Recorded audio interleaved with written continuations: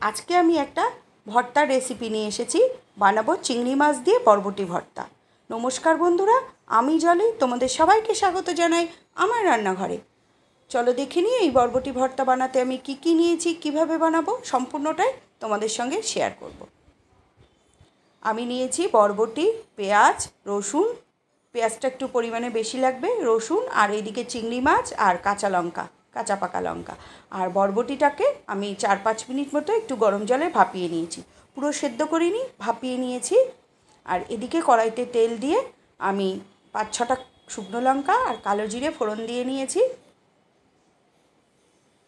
নিয়ে এবার ফোড়নটাকে ভালো করে ভাজা হলে তারপরে আমি এই আস্ত রসুনগুলো দিয়ে দেবো আর পেঁয়াজ কুচি দিয়ে দেবো। আমি মিডিয়াম সাইজের 3টে পেঁয়াজ নিয়েছি কুচি করে।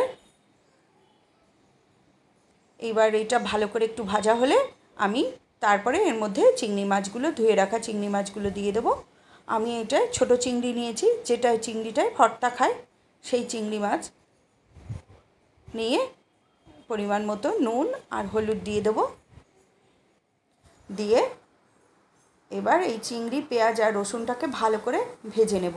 ভেজে নেওয়ার পর তারপরে আমি বরবটি, যেটা আমি ভাপিয়ে রেখেছিলাম গরম জলে, ওই বরবটিটাকে দিয়ে দেবো। দিয়ে ওটাকেও ভালো করে ভেজে নেব।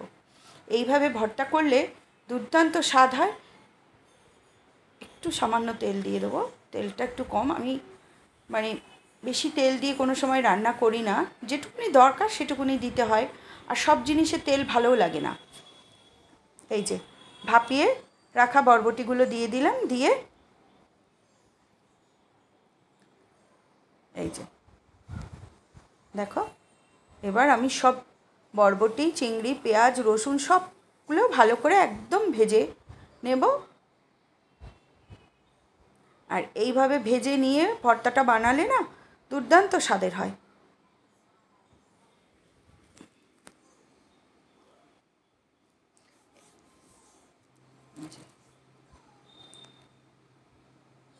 ভালো করে নাড়িয়ে নাড়িয়ে একদম সমস্ত জিনিসটা জল শুকিয়ে যাওয়া পর্যন্ত এটাকে ভালো করে ভেজে নিতে হবে।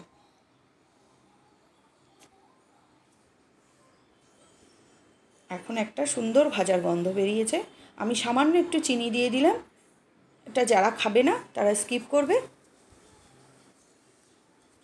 আচ্ছা, চিনি দিয়ে আমি এটাকে ভেজে একদম গ্যাসের ফ্লেমটা বন্ধ করে এটাকে ঠান্ডা করে নিয়েছি। নিয়ে এবার মিক্সি জারে এটাকে পেস্ট করে নেব। আর এদিকে কড়াইতে তেল দিয়ে, সর্ষের তেল দিয়ে ভালো করে গরম করে আমি কালো জিরে ফোড়ন দিয়ে নেব। ফোড়ন দিয়ে এবার এই যে ভর্তাটাকে এইভাবেও অনেক সময় মিক্সিতে পেস্ট করেও নিয়েও খাওয়া যায়, কিন্তু আমি এটাকে আবার একটু কড়াইতে তেল দিয়ে একটু নাড়িয়ে নেব। বেশিক্ষণ সময় লাগবে না, যেহেতু সব উপকরণগুলোই ভাজা রয়েছে, সেই জন্য এটা জাস্ট একটু তেলে নাড়িয়ে নিতে হবে। অনেকে কাঁচা তেল দিয়েও মেখে এটাকে খেতে পারে, কিন্তু এইভাবে নাড়িয়ে খেলে না এর গন্ধটা আরও সুন্দর হয়। এই যে দেখো, অসম্ভব সুন্দর একটা গন্ধ বেরিয়েছে। এই যে হয়ে গেছে, কড়াইটাও কেমন ছেড়ে দিয়েছে, একদম তেলে এসে গেছে। ভর্তা আমার প্রায় রেডি। এবার আমি গ্যাসের ফ্লেমটা বন্ধ করে দেবো। যখন হয়ে যাবে না তখন ঠিক এরকম এক জায়গায় হয়ে যাবে ভর্তাটা একদম হয়ে এসেছে। গ্যাসের ফ্লেমটা আমি বন্ধ করে দিয়েছি, দিয়ে একটু নাড়াচাড়া করতে থাকবো। রেডি। এবার আমি এটাকে একটা বলে নামিয়ে নেব।